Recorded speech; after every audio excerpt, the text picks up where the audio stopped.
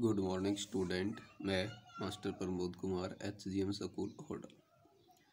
आज आपको +2 कॉमर्स की अकाउंटेंसी सब्जेक्ट का एक क्वेश्चन कराता हूँ। फर्स्ट चैप्टर का क्वेश्चन आपका प्राप्ति और भुगतान खाता, रिसिप्ट एंड पेमेंट अकाउंट और आय व्यय इनकम एंड एक्सपेंडिचर अकाउंट में अंतर स्पष्ट करें। दोनों में डिफरेंस बताना है, इनकम एंड एक्सपेंडिचर और प्राप्ति और भुगतान रिसिप्ट एंड पेमेंट में।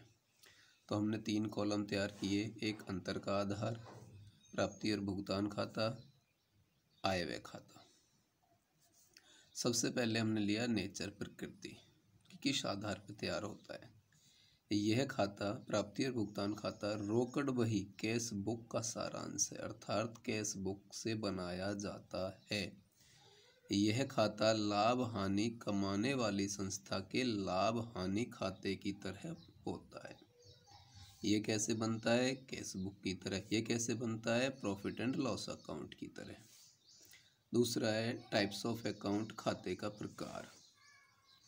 यह एक वास्तविक रियल अकाउंट है जिसको आपने पढ़ा होगा, debit what's comes in, credit what's goes out. यह एक नामात्र नॉमिनल अकाउंट है, debit all expenses and losses and credit all income and gains आपने पढ़ रखा है +1 में। पक्ष, साइड।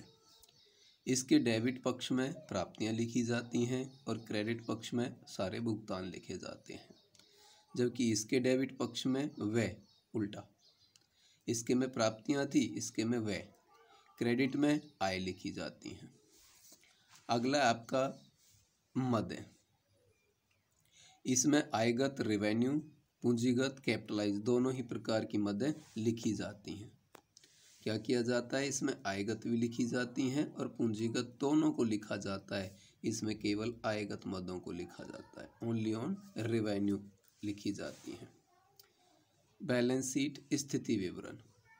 इसके साथ स्थिति विवरण बैलेंस शीट बनाना आवश्यक नहीं है, जरूरी नहीं है इसके साथ बनाना, जबकि इसके साथ स्थिति विवरण बनाना अति आवश्यक होता है। अगला है अवधि, टाइम पीरियड। इसमें सभी प्रकार की मदें, चाहे वो चालू वर्ष करंट ईयर से हों, पिछले वर्ष प्रीवियस ईयर से संबंधित हों, या आगामी वर्ष आने वाले साल से संबंधित हों, सारी अवधि के मदों को लिखा जाता है, चाहे वो करंट ईयर से संबंधित हों, पिछले वर्ष से संबंधित हों या आगामी वर्ष से संबंधित हों। जबकि आय व्यय खाते में तो केवल चालू वर्ष से संबंधित मदों को लिखा जाता है, ना पिछले वर्ष से ना आगामी वर्ष से। अगला है समायोजन, एडजस्टमेंट। इसमें कोई समायोजन नहीं किए जाते, एडजस्टमेंट इसके साथ नहीं किए जाते, क्योंकि यह लेखांकन की रोकड़ पद्धति के आधार पर, नकदी के आधार पर तैयार किया जाता है। इसे बनाते समय आवश्यक समायोजन किए जाते हैं, क्योंकि यह लेखांकन के अर्जन उधार आधार पर तैयार किए जाते हैं, क्रेडिट। अंतिम है अंतिम शेष, क्लोजिंग बैलेंस, कि जब इसको बना लेते हैं तो जो क्लोजिंग बैलेंस आता है वो क्या प्रदर्शित करता है। तो इस खाते को बनाने से जो अंतिम रोकड़ है, बैंक शेष है या बैंक अधिविकर्ष, इसके बारे में पता चलता है। इस खाते को बनाने के बाद में हमारे पास क्या निकल के आता है? या तो अंतिम रोकड़ निकल के आती है, टोटल कितना बैलेंस है, या बैंक में कितना बैलेंस है, या फिर हम पे बैंक का कुल कितना उधार है।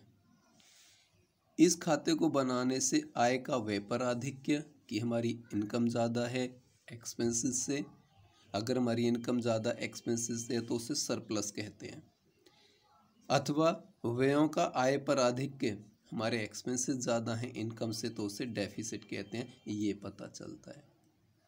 एक बार फिर यदि दोबारा कोई प्रॉब्लम हो तो तीनों में हम दोनों में क्या अंतर देखा हमने? 3 कॉलम तैयार किए। प्रकृति, यह रोकड़ बही से तैयार होता है, यह लाभ हानि खाते की तरह होता है। खाते, यह वास्तविक खाता है, नामात्र खाता है। पक्ष, इसकी डेबिट में प्राप्तियां, क्रेडिट में भुगतान, इसके डेबिट में व्यय, क्रेडिट में आय। इसमें आयगत और पूंजीगत दोनों प्रकार की मदें लिखी जाती हैं, इसमें केवल आयगत लिखी जाती हैं। इसके साथ बैलेंस शीट बनाना अनिवार्य नहीं है, इसके साथ बनाना अनिवार्य है। इसमें सभी समय की अर्थात सभी अवधि की लिखी जाती है, चाहे वो करंट ईयर हो, प्रीवियस ईयर हो, नेक्स्ट ईयर हो, सारी मदें लिखी जाती हैं। इसमें ओनली ऑन चालू वर्ष से संबंधित लिखी जाती हैं। इसके साथ कोई एडजस्टमेंट नहीं किया जाता क्योंकि ये रोकड़ पद्धति के आधार पर तैयार किया जाता है। इसके साथ एडजस्टमेंट किए जाते हैं क्योंकि ये अर्जन आधार पर तैयार किया जाता है। इस खाते को बनाने से अंतिम रोकड़ बैंक शेष या बैंक अधिविकर्ष का पता चलता है, जबकि इसको बनाने से आय का व्यय पराधिक अर्थात सरप्लस या व्यय का आय पराधिक डेफिसिट का पता चलता है। आशा है आपको कोई किसी प्रकार की प्रॉब्लम ना हुई होगी, और यदि है तो आप मेरे से बाद में दोबारा पूछ लेंगे। धन्यवाद।